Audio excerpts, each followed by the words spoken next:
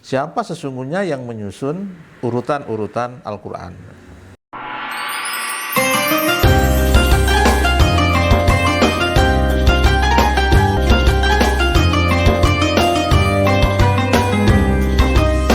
Assalamualaikum warahmatullahi wabarakatuh. Sahabat Al-Quran, semoga Allah memuliakan kita bersama. Ada pertanyaan lain yang menarik untuk dibahas pada pertemuan kali ini. Pertanyaannya adalah, siapa sesungguhnya yang menyusun urutan-urutan Al-Quran?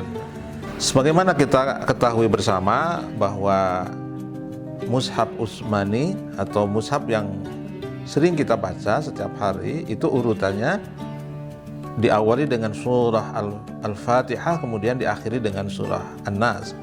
Padahal kita ketahui bersama bahwa ayat dan surat yang pertama kali diturunkan adalah 1 sampai ayat 5 dari surah Al-Alaq. Sementara dalam mushaf surah Al-Alaq itu diletakkan di bagian-bagian akhir.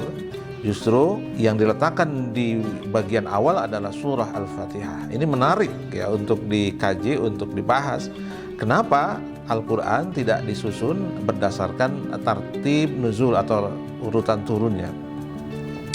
Nah, kita jawab dulu pertanyaan, siapa sesungguhnya yang menyusun urutan-urutan Al-Quran? Al-Fatihah, kemudian setelah itu Al-Baqarah, Ali Imran, An-Nisa, dan seterusnya sampai An-Nas. Memang di sini ada beberapa pendapat para ulama terkait dengan siapa sesungguhnya yang menyusun urutan-urutan Al-Quran atau ayat-ayat dalam Al-Quran. Tapi mayoritas ulama menjelaskan bahwa susunan Al-Quran saat ini atau susunan mushaf Al-Quran saat ini disusun berdasarkan tauqifi.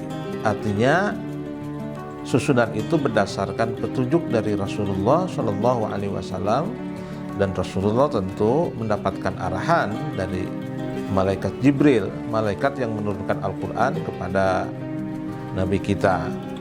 Sebagaimana kita bahas pada rekaman atau pada pembahasan sebelumnya, bahwa setiap bulan Ramadan malaikat Jibril alaihissalam bertemu dengan Rasulullah sallallahu alaihi wasallam untuk membincang Al-Quran, untuk tadarus Al-Quran, dan besar kemungkinan di dalam kegiatan itu termasuk susunan-susunan Al-Quran atau susunan-susunan surah dan ayat Al-Quran. Jadi kita bisa jelaskan bahwa susunan dalam Al-Quran itu ditetapkan berdasarkan tauqifi atau berdasarkan ketetapan petunjuk dari Rasul atas arahan dari malaikat Jibril, dan tentu malaikat Jibril atas petunjuk dari Allah Subhanahu wa Ta'ala, karena malaikat Jibril hanya sebagai utusan dari Allah. Itu pula kita bisa katakan bahwa susunan Al-Quran itu bukan bersifat ijtihadi, karena ada orang yang mengatakan bahwa susunan Al-Quran itu berdasarkan ijtihadnya para sahabat, atau ijtihadnya Utsman bin Affan, atau ijtihadnya Abu Bakar.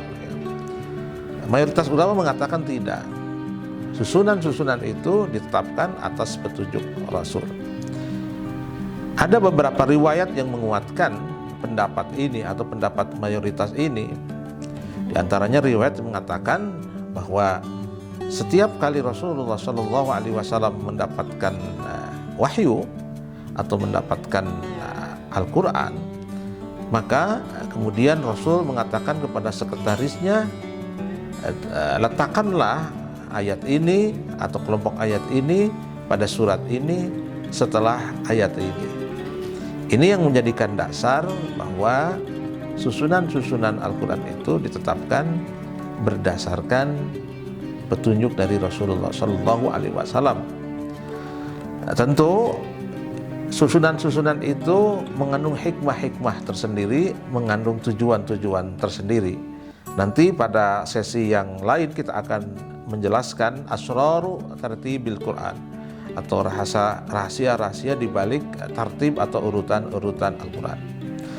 Nah, sekarang pertanyaan yang kedua, kenapa Al-Quran tidak diturunkan berdasarkan tartib nuzul atau berdasarkan urutan turunnya Al-Quran. Misalnya Al-Alaq dulu gitu ya, kemudian Al-Mudassir dan seterusnya. Ini juga mendapatkan porsi perhatian yang banyak dari para ulama-ulama, terutama para ulama ulumul Quran. Untuk menjawab ini, saya mungkin perlu menyampaikan pendapat Al-Biqai ya, karena Al-Biqai itu menulis satu kitab yang bagus ya, tentang urutan-urutan Al-Quran ya. Penjelasannya kira-kira begini ya. Mungkin juga saya mendapatkan penjelasan ini dari uraian pakar tafsir di Indonesia, Prof. Quraisyab. Kita tahu Al-Quran itu merupakan kitab petunjuk, bukan kitab sejarah.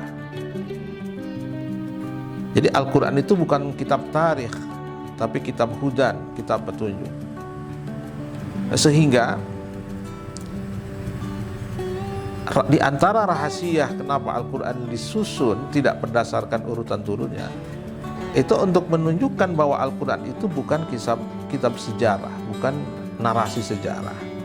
Sebab nanti kalau Al-Quran itu disusun berdasarkan urutan turunnya, nanti orang akan menganggap bahwa Al-Quran itu adalah kitab tarikh atau kitab sejarah.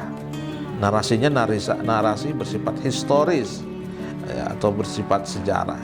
Sehingga Al-Quran sedemikian rupa disusun tidak berdasarkan tartib nuzulnya. Saya ngasih ilustrasi yang sederhana. Kalau kita membuat catatan harian di buku diari kita, misalnya hari Jumat jam sekian kita melakukan aktivitas apa, nanti setelah itu apa, setelah maghrib itu apa. Kemudian itu ditulis di dalam buku diari, dan buku diari itu kemudian nanti dibaca oleh anak kita. Pasti anak kita akan mengatakan bahwa catatan orang tua ini hanya catatan sejarah saja, sedang menceritakan aktivitas dia sehari-hari. Mungkin sedikit sekali dia akan mengambil pelajaran ya, dari kegiatan-kegiatan orang tuanya. Mungkin ini agak berbeda kalau aktivitas-aktivitas orang tuanya itu tidak disusun berdasarkan kronologi ya, penanggalan ya, atau hari.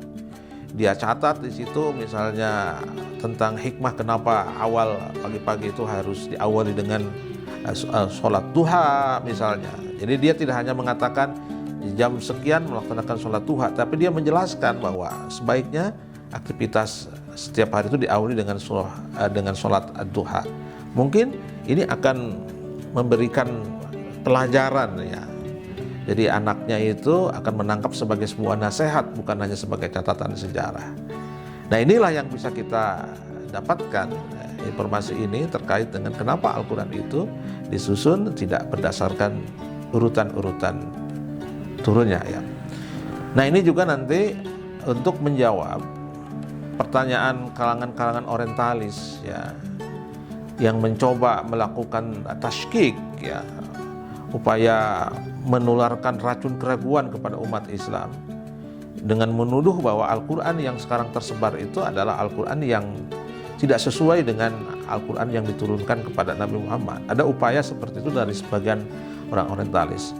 Apa dalilnya? Mereka mengatakan bahwa ada mushaf-mushaf yang dimiliki oleh sahabat-sahabat senior ya, kayak Abdullah ibn Abbas atau sahabat Ali karramallahu wajha, yang urutan-urutannya itu sesuai dengan tertib nuzul, berbeda dengan yang sekarang tadi itu. Nah, maka mereka mengatakan berbeda Quran yang dulu dengan Quran yang sekarang. Kita bisa mengatakan sama. Kalaupun sahabat Ali bin Abi Thalib atau sahabat yang tadi disebutkan memiliki urutan-urutan surah sesuai dengan tertib nuzulnya, itu bisa kita katakan itu adalah catatan-catatan pribadi, bukan catatan-catatan resmi ya. Ya karena catatan pribadi tentu orang bisa menulis apa saja, urutannya mau apa saja. Sedangkan mushaf yang disusun oleh Abu Bakar ya, dan kemudian dilanjutkan pada masa Utsman bin Affan, itu adalah mushaf yang resmi. Sehingga kita semakin yakin bahwa sesungguhnya Al-Quran yang kita baca hari ini adalah Al-Quran yang benar-benar diturunkan oleh malaikat Jibril kepada Nabi kita. Mudah-mudahan manfaatnya. Assalamualaikum warahmatullahi wabarakatuh.